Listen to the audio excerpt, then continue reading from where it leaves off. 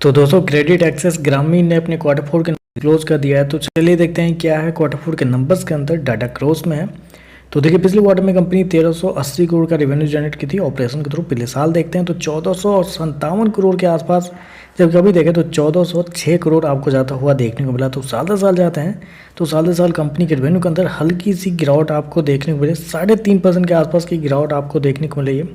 जबकि quarterly base पे जाते हैं तो क्वार्टरली बेस पे 2% के आसपास की तेजी आपको देखने को मिल रही है।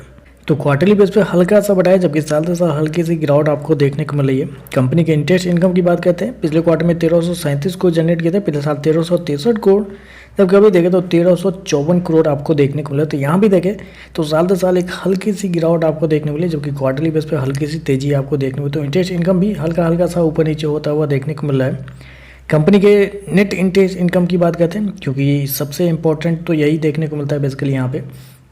तो देखिए पिछले साल कंपनी का नेट इंटरेस्ट इनकम 881 करोड़ था।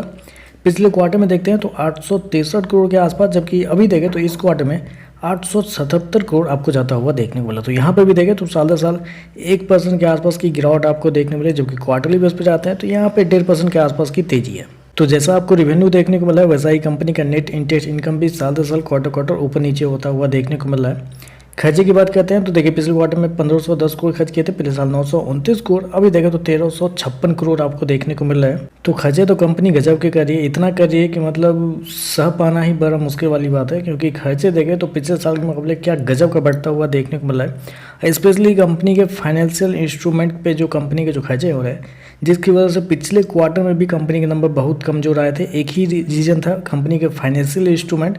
फिर से वही देखा जा रहा है कि इस क्वार्टर में भी कंपनी को इम्पेयरमेंट ऑन फाइनेंशियल इंस्ट्रूमेंट के नाम पे लगभग 600 करोड़ का नुकसान हुआ है, जिसकी वजह से एक्सपेंस बहुत ही ज़्यादा हाई आपको देखने को मिल रहा है। चलिए कंपनी का प्रॉफिट क्या निकलता है वो देखते हैं। तो देखिए पिछले क्वार्टर में कंपनी 99 करोड़ के घाटे में थी। पिछले साल देखते हैं तो लगभग 400 करोड़ का प्रॉफिट था, जबकि अभी देखें तो गिर के 47 करोड़ आपको जाता हुआ देखने को मिला। तो कंपनी का प्रॉफिट देखें तो साल दर साल एक बड़ी गिरावट आपको देखने को, मतलब 88% के आसपास की गिरावट है कंपनी के प्रॉफिट के अंदर साल दर साल। क्वार्टरली बेस पे जाते हैं तो यहाँ पे आपको कंपनी घाटे से फिर से मुनाफे में आपको आते हुए देखने को मिल रही है।